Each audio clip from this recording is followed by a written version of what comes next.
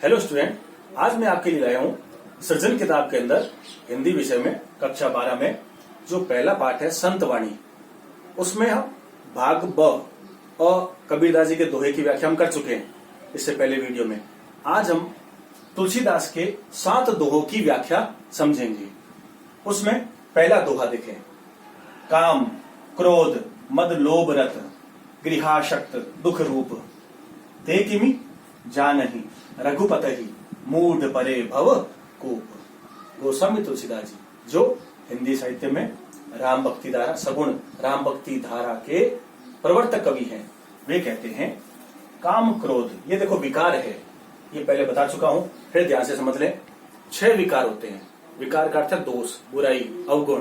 काम, क्रोध, लोभ, मोह, मद में घमंड और मत्सर यानी ईर्ष्या। तो उन विकारों में से तुलसीदास जी कहते हैं काम यानी वासना, क्रोध गुस्सा, मद घमंड, लोभ लालच उसमें लीन रहते हैं, और गृहाशक्त, गृह प्लस आशक्त दीर्घ स्वर संधि, घर की मोह माया में ही आशक्त रहते हैं, उसमें लीन रहते हैं। ऐसे लोग ये क्या रहते हैं? दुखी होते हैं हमेशा। ये दुख के कारण हैं जो इन विकारों में ग्रस्त रहते हैं और वे दुखी रहते हैं मोह माया में ग्रस्त रहने कारण से। और ऐसे तुच्छ प्रवृत्ति वाले जो लोग हैं जिनकी सोच भक्ति में नहीं जाती, तो ते किमि, वे लोग जान सकते हैं किसको? रघुपते ही, श्री राम की महिमा, उनके विराट स्वरूप को, उनकी कृपा को जान नहीं सकते, राम के रहस्य को जान नहीं सकते। और मूढ़ परे, ऐसे मूर्ख लोग, मूढ़ का अर्थ है मूर्ख, परे भव कूप, जीवन के अंत में भव रूपी कूप, रूपक अलंकार, भव कूप संसार रूपी कुएं में ही पड़े रहते हैं, अर्थात उनका उद्धार नहीं हो सकता। वे राम की भक्ति को प्राप्त नहीं होते, जिस कारण से उनकी मुक्ति नहीं होती। तो ये विकार जो है राम भक्ति में बाधक है, राम भक्ति में और मुक्ति में बाधक है, इसलिए विकारों का त्याग करना अत्यावश्यक है। ये पहला दोहा। दूसरा, कहिबे कह रसना रची, सुनिबे कह किए कान, धरिबे कह चित्त हित सहित, परमार्थ ही सुजान। पहले दोहे में विकारों को त्यागने की बात कही है, दूसरा दोहा इससे उल्टा है, उसमें परमार्थ को अपनाने की बात कही है। त्यागना क्या है? यहाँ पर इंद्रियों की बात कही है कि कहिबे कह रसना रची। रसना का अर्थ होता है जीव, वाणी। क्या कहा है? जो ईश्वर ने हमें जो रचना दी है, जीव दी है, वाणी दी है, किस लिए है? उसकी सार्थकता कब है? जब हम सत्संग करें, जब ईश्वर के नाम का गुणगान करें, उनकी लीलाओं का गुणगान करें, ईश्वर का नाम उच्चारण करें, उनका यशोगान करें, तभी हमारी जीव हमारी वाणी की सार्थकता है। विषय भोगों में लीन रहने में इंद्रियों की सार्थकता नहीं है। सुनिबे कह किए कान, और कान किस लिए दिए? ताकि हम सत्संग को सुने, कानों में भगवत चिंतन हो और उसका श्रवण हो, संत वाणी को सुने, ईश्वर की कथा कीर्तन लीलाओं कथाओं का उनका हम श्रवण करें, तो कान की सार्थकता है। धरिबे कहा चित्त, चित्त कहते मन, हित सहित, और अपने कल्याण के लिए हम अच्छी अच्छी बातों को, सार्थक बातों को, जिससे हमारी भक्ति मुक्ति का मार्ग प्रशस्त हो, उन बातों को हमारे मन में, हमारे चित्त में हमेशा धारण करें। तो अच्छी बातों को धारण करने के लिए ईश्वर ने हमें चित्त दिया है, मन दिया है, ताकि श्रेष्ठ बातें को, कल्याणकारी बातों को मन में धारण करें, ताकि हमारी भक्ति हो और भक्ति का मार्ग प्रशस्त हो और जिससे मुक्ति हो। इस प्रकार तुलसी कहते हैं सज्जन व्यक्ति, सुजान का अर्थ है सज्जन। सज्जन व्यक्ति वही है जो अपना जीवन परमार्थ में बिताए। परमार्थ के 2 अर्थ हैं, परम प्लस अर्थ। परमार्थ क्या होता है? परमार्थ का मतलब होता है दूसरे की भलाई, दूसरे का कल्याण करना, और दूसरा इसका अर्थ है आत्म कल्याण, ईश्वर के ध्यान में लीन होना, वो परमार्थ। विषय भोगों में लीन नहीं, ये तो नश्वर संसार है, उससे अलग रह करके, और ईश्वर के शाश्वत जो परमात्मा है, उसके अखंड परमात्मा है, उसके चिंतन में लीन रहना, ये परमार्थ। जो इसमें रहेगा वही अपना उद्धार कर सकता है। तीसरा, तुलसी भलो सुसंगते, पोछ कुसंगति सोई, नाव किन्नरी तीर असी, लोह बिलोकहु लोई। मीनिंग देख लें। यहाँ पर तीसरे दोहे के अंदर सत्संगति का, संगति का प्रभाव, उसका महत्व बताया है। पहले दोहे में हमने पढ़ा कि उसमें विकारों को त्यागने की बात कही है, दूसरे में परमार्थ को अपनाने की बात कही है, और तीसरे में संगति का प्रभाव, उसका महत्व बताया। तो उपदेशात्मक शैली में है, दोहा छंद है, ब्रज भाषा है, सरल सुबोध है, ज्ञान है, भावपूर्ण शैली। तुलसी बलो, कवि तुलसी के अनुसार अच्छे लोगों की, संत ज्ञानी विद्वान साधुओं की संगति हमेशा फलदायी, अच्छे परिणाम देने होती है, इसलिए उनकी संगति करनी चाहिए, जो गुणात्मक सुधार करती है। और पोच कहते हैं बुरा, बुरे लोगों की, दुर्गुणों से भरे हुए लोगों की जो संगति है, उनका सानिध्य है, वह हमारे पतन का कारण है, उनकी संगति नहीं करनी चाहिए। संतों ज्ञानियों विद्वानों की संगति, साधुओं की संगति हमेशा ही कल्याणकारी है, क्योंकि वो राम भक्ति की ओर अग्रसर करती है, मुक्ति का मार्ग प्रशस्त करती है। और बुरे लोगों की सोच, बुरे लोगों की जो सोच वाले जो व्यक्ति है, उनकी संगति क्या करती है, हमारा पतन करती है, इसलिए उसे दूर रहना चाहिए। संगति का प्रभाव पड़ता ही है। अब इसमें दृष्टांत दिया है, दृष्टांत अलंकार है। क्या कहा है कि जब हाड़मास का जो शरीर है, इसको अच्छे लोगों में साथ सानिध्य होगा तो उसका कल्याण होगा, मोक्ष होगा। बुरे लोगों का संग करेगा तो उसका पतन होगा। इसका दृष्टांत दिया है, जैसे लोहा है, लोहे से अच्छी चीजें बनती है तो समाज में उसकी कदर है, कल्याणकारी है, भला है। और बुरी चीजें बनती है, जो हिंसक चीजें हैं, तो उससे उसका नुकसान होता है। कैसे? उसकी कदर भी कम होती है। नाव, देखो इसको 4 मीनिंग है। नाव, नाव कहते हैं नाव, नाव क्या होती है, वह सुरक्षा के लिए नदी पार कराती लोगों को, तो नाव। लोहे के तत्व जो है इसमें होते हैं। किन्नरी, किन्नरी के 2 अर्थ है, वीणा होता है, और जो है एक छोटी जो जल्दी होती है उसको भी उसको कहते हैं, तो किन्नरी। ये क्या है, दोनों में लोहे का उपयोग होता है, लेकिन ये दोनों क्या है, समाज में लाभदायक है। नाव में भी और किन्नरी में, वीणा के अंदर भी जो है सारंग जो होता है, छोटी सारंगी जो है वो भी, इन दोनों में लोहे का उपयोग होता है, और एक सुरक्षा में और एक संगीत में। तो इसलिए समाज में इसकी कदर होती है। वह लोहा फलदायी है, सकारात्मक है, इज्जत बढ़ती है उसकी। और इसके विपरीत ये तो है अच्छे संगति का एक तरह से प्रतीकात्मक, और ये है तीर। तीर में लोहे का प्रयोग, और अस्सी कहते हैं तलवार, इसमें भी लोहे का प्रयोग है। जो हिंसक चीजें तो वो क्या करती है, हमें नुकसान देती है। ये समाज में जो है हिंसक चीजें, वैसे ही बुरी संगति है। जैसे लोहा अच्छी चीजों में उपयोग होता है तो वह फलदायी है, लोग उसकी प्रशंसा करते हैं, लेकिन ये प्रशंसा की चीजें नहीं है। हिंसक चीजें लेकर के कोई घूमे तो वह प्रशंसा की चीज नहीं है। वैसे ही संगति है, ये प्रतीक, ये है बुरी संगति का। तो लोह, लोहा, बिलो का विलोप देखना, लुक जो है लोही नेत्रों से। हम लोहे को जिस रूप में देखेंगे, अच्छी चीजों के रूप में, तो उसकी कदर बढ़ेगी, बुरी चीजों के रूप में देखेंगे तो उसकी कदर कम होगी। वैसे ही हमारा जो है स्वभाव, हमारी प्रकृति, हम अच्छे संत ज्ञानी विद्वानों की संगति करेंगे तो हमारी कदर बढ़ेगी, बुरे लोगों की संगति करेंगे तो हमारी कदर कम होगी, वो हमारे पतन का मार्ग प्रशस्त करेगी। इसलिए अच्छी लोगों की संगति करनी चाहिए ताकि हमारा कल्याण हो। तो संगति का महत्व है यहाँ पर, और उसका उपदेश दिया है। ठीक है,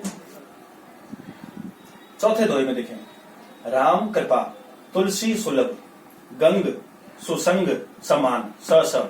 देखो पहले बताया हुआ है, एक ही अक्षर 2 बार आए तो वहां पर अनुप्रास अलंकार होता है। समान वर्णों की आवृत्ति हो तो वहां पर अनुप्रास अलंकार। जो जल परे जो जन मिले कीजे आपू समान। कवि तुलसी के अनुसार प्रभु राम की कृपा से ही, तुलसीदास जी कहते हैं, सुलभ क्या होती है, हमें चीजें प्राप्त होती है, सर्व सुलभ होती है, उनका लाभ मिलता है। किन चीजों का? गंगा का सानिध्य और अच्छे संतों का, ज्ञानी विद्वानों का, साधुओं का संग मिलता है। राम की कृपा होने पर ही गंगा का और साधु संतों का संग हमें मिलता है, सानिध्य मिलता है। ईश्वर की कृपा, राम की कृपा होने पर ही मिलता है।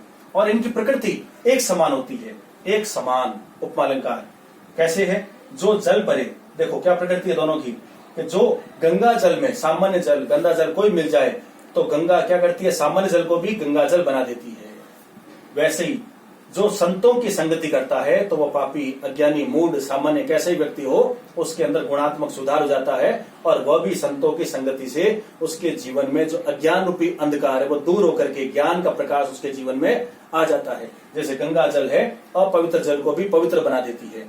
तो ये पवित्रता जल गंगा जल में, और ये जो है ज्ञानी, ये ज्ञान के द्वारा एक समान, और ये पवित्रता। तो गंगा जल और सत्संग यानी संतों की संगति, तो जो संत होते हैं और गंगा जो है, इन दोनों की प्रकृति एक समान है। जो इनके पास जाता है वह अपने समान ही, अपने स्वभाव जो है इनका स्वभाव है पवित्रता, इनका स्वभाव ने ज्ञान, परम गूढ़ ज्ञान है। तो जो इनके पास जाएंगे तो वो दोनों को अपने समान ही प्रकृति का बना देंगे। इसलिए इनका संग करना ही चाहिए, संतों का संग करना ही चाहिए। ये दोनों की प्रकृति, जो जल भरी, जो गंगा जल में सामान्य जल मिलता है तो वह भी क्या हो जाता है, आपको समान, यानी वो भी पवित्र हो जाता है, गंगा जल के समान गंगा जल कहलाता है। और जो जन मिले, जो संतों की संगति में, संतों के पास सामान्य जन मिलता है तो धीरे धीरे उनके सानिध्य से उसके अंदर गुणात्मक सुधार होता है और ज्ञान रूपी अंधकार दूर होकर के ज्ञान का प्रकाश होता है। कीजे आपू समान, दोनों की प्रकृति एक समान होती है। तो संतों का संग हमेशा फलदायी होता है, लाभकारी होता है। चौथा हो गया। पांचवा देखिए, तुलसी या संसार में भांति भांति के लोग, सबसे हिलमिल चालिए, नदी नाव संजोग। कवि तुलसी के अनुसार हमारे आसपास में अलग अलग प्रकृति स्वभाव के लोग रहते हैं, रंग रूप स्वभाव के लोग रहते हैं, जिनकी सोच अलग अलग है, प्रकृति अलग अलग है। तो तुलसी या संसार में अलग अलग विभिन्न भांति के प्रकार के लोग हैं, सोच के लोग अलग अलग रहते हैं। तो भांति भांति के लोग, एक ही शब्द दो बार है, देखो अर्थ वही है। तो पुनरुक्ति प्रकाश अलंकार, अर्थ अलग होता है तो यमक अलंकार, लेकिन समान शब्दों की आवृत्ति है, अर्थ वही है तो पुनरुक्ति प्रकाश अलंकार। सबसे हिलमिल चालिए, नदी नाव संयोग। नदी और नाव के तालमेल की तरह ही हमें भी सबके साथ मेल जोल बिठा करके ही चलना चाहिए। कैसे? जैसे नदी के अंदर नाव जो है तालमेल बिठाकर चलती है, वैसे ही हमें भी अलग अलग विभिन्न प्रकार के जो लोग हैं उनके साथ बेहतर तालमेल बिठाकर चलना चाहिए।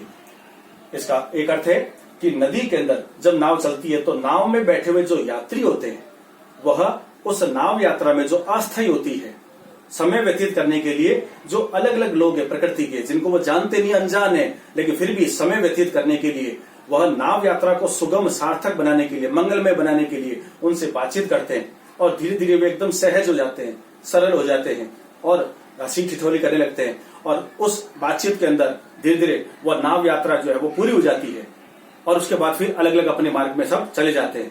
वैसे हमें भी नाव यात्रा जैसे मंगलमय होती है, क्योंकि हम अनजान होने पर भी सबसे बातचीत करते हैं और ऐसे लगता है घर के लोग ही है जैसे, वैसे हमें भी अपने आसपास के लोग जो है, भले उनकी प्रकृति अलग अलग है, स्वभाव अलग है, फिर भी हमें नाव यात्रा की तरह जीवन यात्रा को भी सरल सुगम बनाने के लिए उनके साथ भी तालमेल बिठा करके चलना चाहिए, ताकि हमारी जीवन यात्रा भी, पूरा जो जीवन है वो भी मंगलमय, सरल और सुगम बन सके।